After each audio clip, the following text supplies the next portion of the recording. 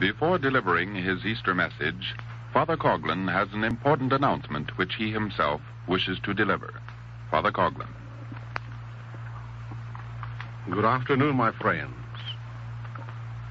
The feast of the resurrection of Christ from the dead is a feast of peace and joy. I fully recognize that on this occasion you expect me to confine my remarks chiefly to this subject.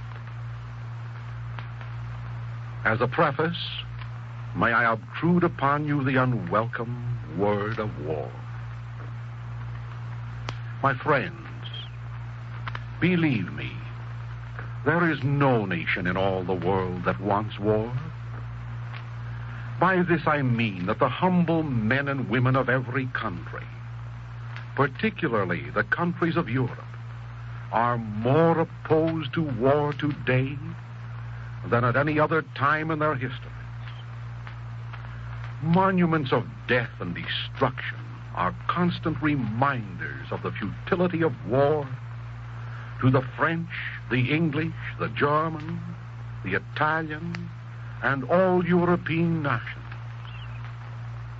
On every hand, contrary to news releases, there is a growing resentment on the part of all men and women to the base propaganda of the warmongers, who are not interested in the welfare of the common people as much as they are interested either in maintaining their own system of finance, of economy, or of political partisanship.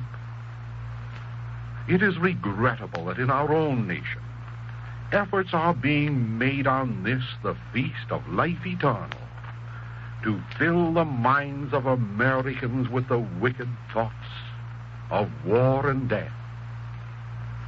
Who are they who are sounding the trumpets of destruction and beating the drums of war? They are not the unemployed.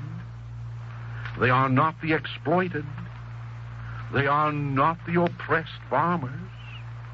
They are not the tax-burdened citizens.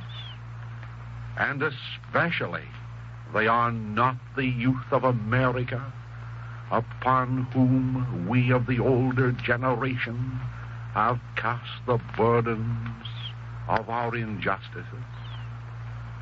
The entire world clamors for peace, and the entire world is beginning to recognize that there can be no peace without justice. What is justice? Certainly it is not the perpetuation of the status quo.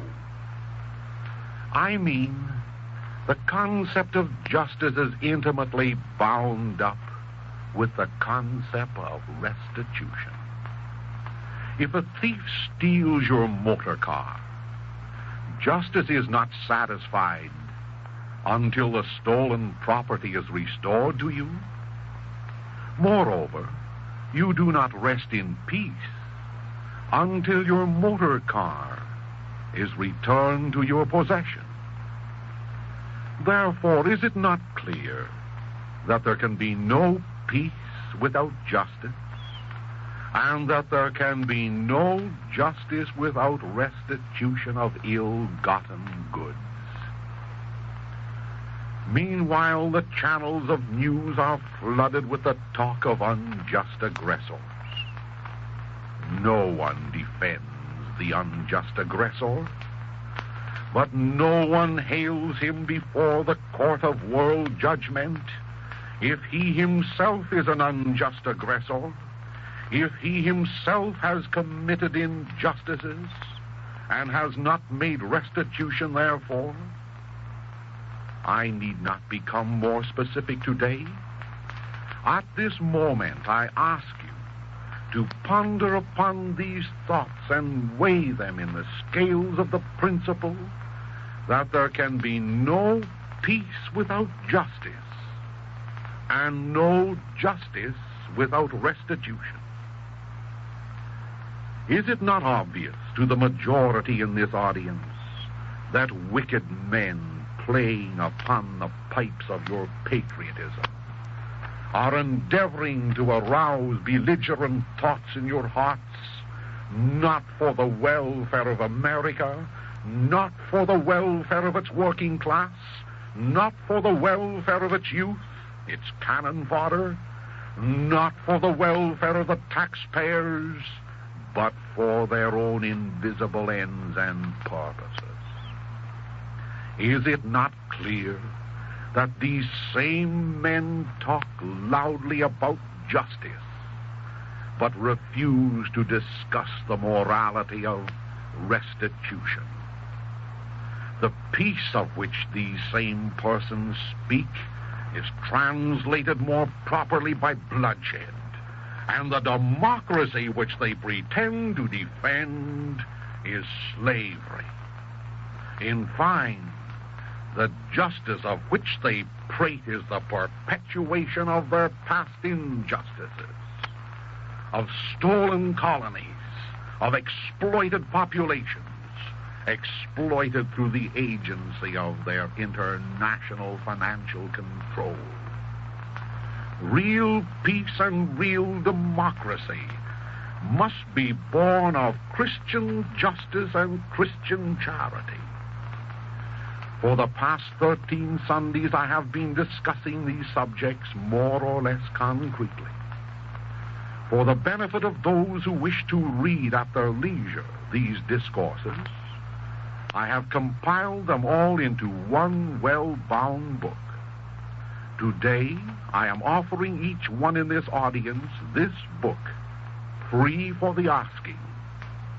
If you cannot afford to contribute towards its printing, well and good.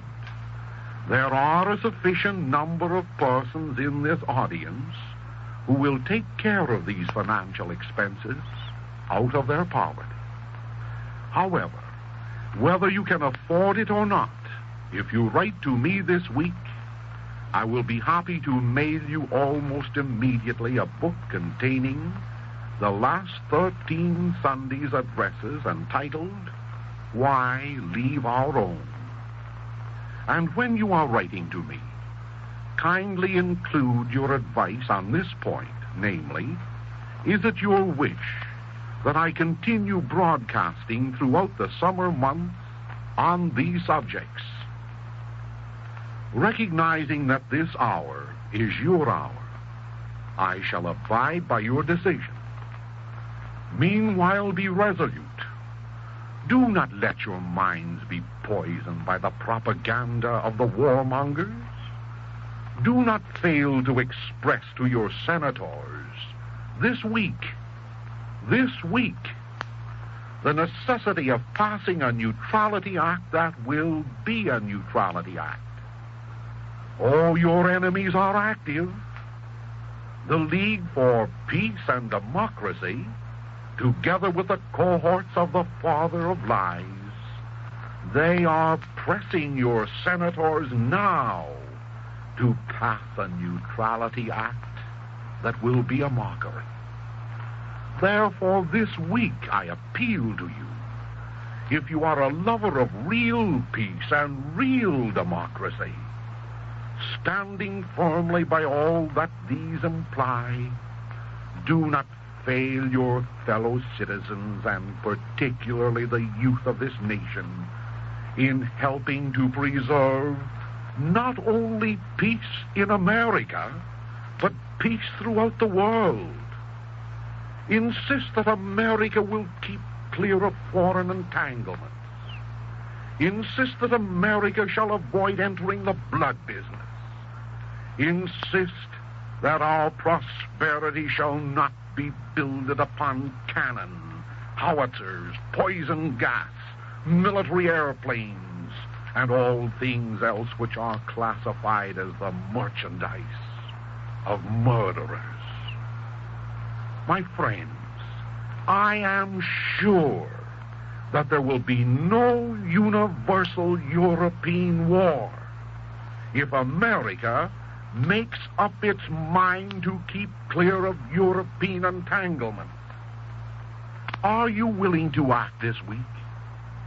You cannot refuse this one request.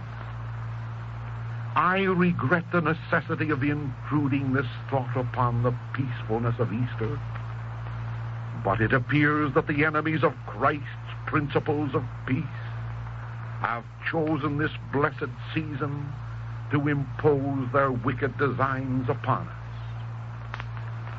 In the name of Christian peace and Christian democracy, which we love, I ask you to contribute your share within the next 6 or 7 days in the form of a letter to your senator to keep America absolutely free from foreign entanglements.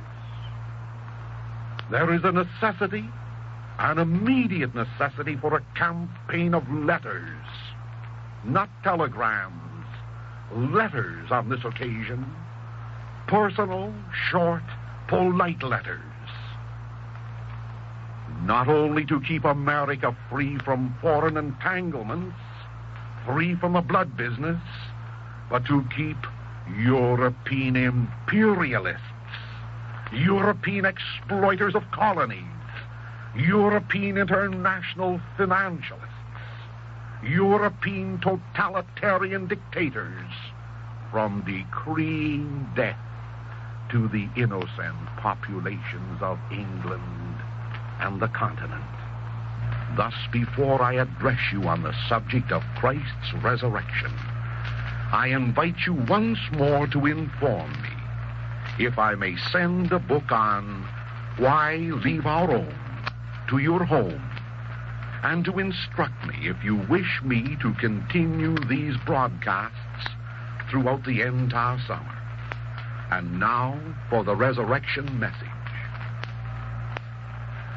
Last Sunday I endeavored to outline the chief events in the Passion of Christ enacted between the days of Palm Sunday and Good Friday. The climax was the crucifixion of the Son of God made man.